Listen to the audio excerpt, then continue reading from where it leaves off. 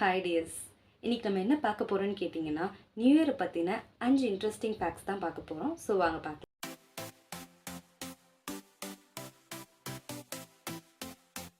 Number 1, இப்போது new இயரை first welcome பண்ணுறது யாருன்னு கேட்டிங்கன்னா, கிரிட்டிமதின்ற ஒரு ஐலாண்டு. அதை வந்து கிறிஸ்மஸ் ஐலாண்டுன்னு சொல்லுவாங்க.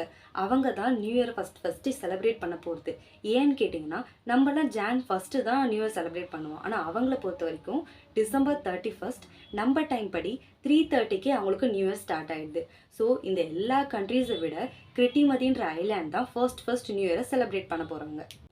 நம்பர் 2, நியூ இயரை ஃபஸ்ட்டு செலிப்ரேட் பண்ணணுன்ற ட்ரெடிஷனை யார் கொண்டு வந்ததுன்னு கேட்டிங்கன்னா, நியூயார்க் சிட்டி இன் 1980. அவங்க அந்த டைம்லேயே நியூ இயர்னால் இப்படி ஒன்று செலிப்ரேட் பண்ணணுன்றதை ஸ்டார்ட் பண்ணியிருக்காங்க.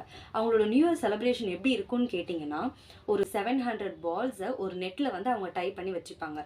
கரெக்டாக மிட் நைட் 12 o'clock அப்போது அந்த பால்ஸ் எல்லாத்தையும் ட்ராப் பண்ணிடுவாங்க. இதை பார்க்குறதுக்கு 1 million people நியூயார்க்கில் கேதர் ஆவாங்கன்னு சொல்கிறாங்க. நம்பர் 3, ஸ்டாட்டிஸ்டிக்ஸ் படி க்ரைம் டிபார்ட்மெண்ட் சொல்கிறது என்னன்னு கேட்டிங்கன்னா, மற்ற ஃபெஸ்டிவல்ஸ் எல்லாம் விட நியூ இயரில் தான் அதிகமான வெஹிக்கல்ஸ் காணாமல் போதான். So be careful. நம்பர் 4, ஏன் நியூ இயர் செலிப்ரேஷன்றது இம்பார்ட்டண்ட்னு கேட்டிங்கன்னா, ஒரு நார்மல் லைஃப்பை லீட் பண்ணுறவங்களுக்கு அவங்களுக்கு ஒரு நியூ ஹோப் கொடுக்கறதுக்கோ இல்லை அவங்க லைஃப் சாட்டிஸ்ஃபேக்ஷனை இம்ப்ரூவ் பண்ணுறதுக்கோ ஒரு கிராண்ட் டே, அதுதான் நியூ இயருன்ற மாதிரி ரெக்கக்னைஸ் பண்ணியிருக்காங்க. நம்பர் 5, சின்ன சின்ன விஷயத்துக்கெல்லாம் ஸ்ட்ரெஸ் ஆகாது எதனாலன்னு கேட்டிங்கன்னா, இந்த மாதிரி செலிப்ரேஷன்ஸ்லாம் ஸ்கிப் பண்ணுறதுனால தான்.